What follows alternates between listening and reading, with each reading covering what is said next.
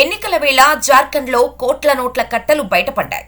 జార్ఖండ్లో enforcement directorate చేపట్టిన దాడుల్లో భారీ మొత్తంలో నోట్ల కట్టలు బయటపడ్డాయి. సోమవారం రాంచీలోని పలుచోట్ల ఈడీ సోదాలు చేపట్టగా మంత్రి అలంగీర్ సన్నిహితుడి ఇంట్లో సుమారు 25 కోట్ల రూపాయల నోట్ల కట్టలు బయటపడ్డాయి. వాటిని ఈడీ అధికారులు స్వాధీనం చేసుకున్నారు.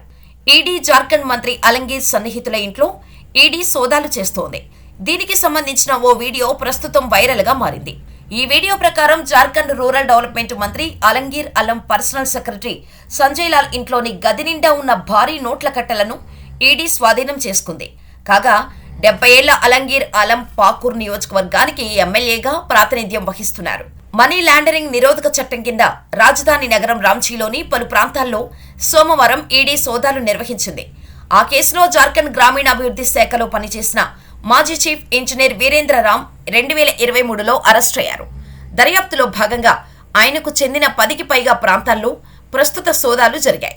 ఈ క్రమంలోనే గ్రామీణాభివృద్ధి శాఖ మంత్రి అలంగీర్ ఆలం వ్యక్తిగత కార్యదర్శి సంజయ్ లాలుకు సహాయకుడికి చెందినగా భావిస్తున్న ఇంట్లో నోట్ల గుట్టలు దర్శనమిచ్చాయి.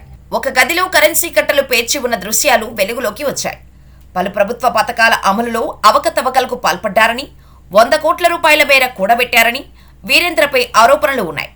అలాగే రాష్ట్రానికి చెందిన పలువురు రాజకీయ నేతలతో ఆయన జరిపిన లావాదేవీల వివరాలతో కూడిన పెన్ డ్రైవ్ను ఇదివరకే అధికారులు స్వాధీనం చేసుకున్నారు. దీని ఆధారంగానే సోదాలు జరిగినట్టు తెలుస్తోంది.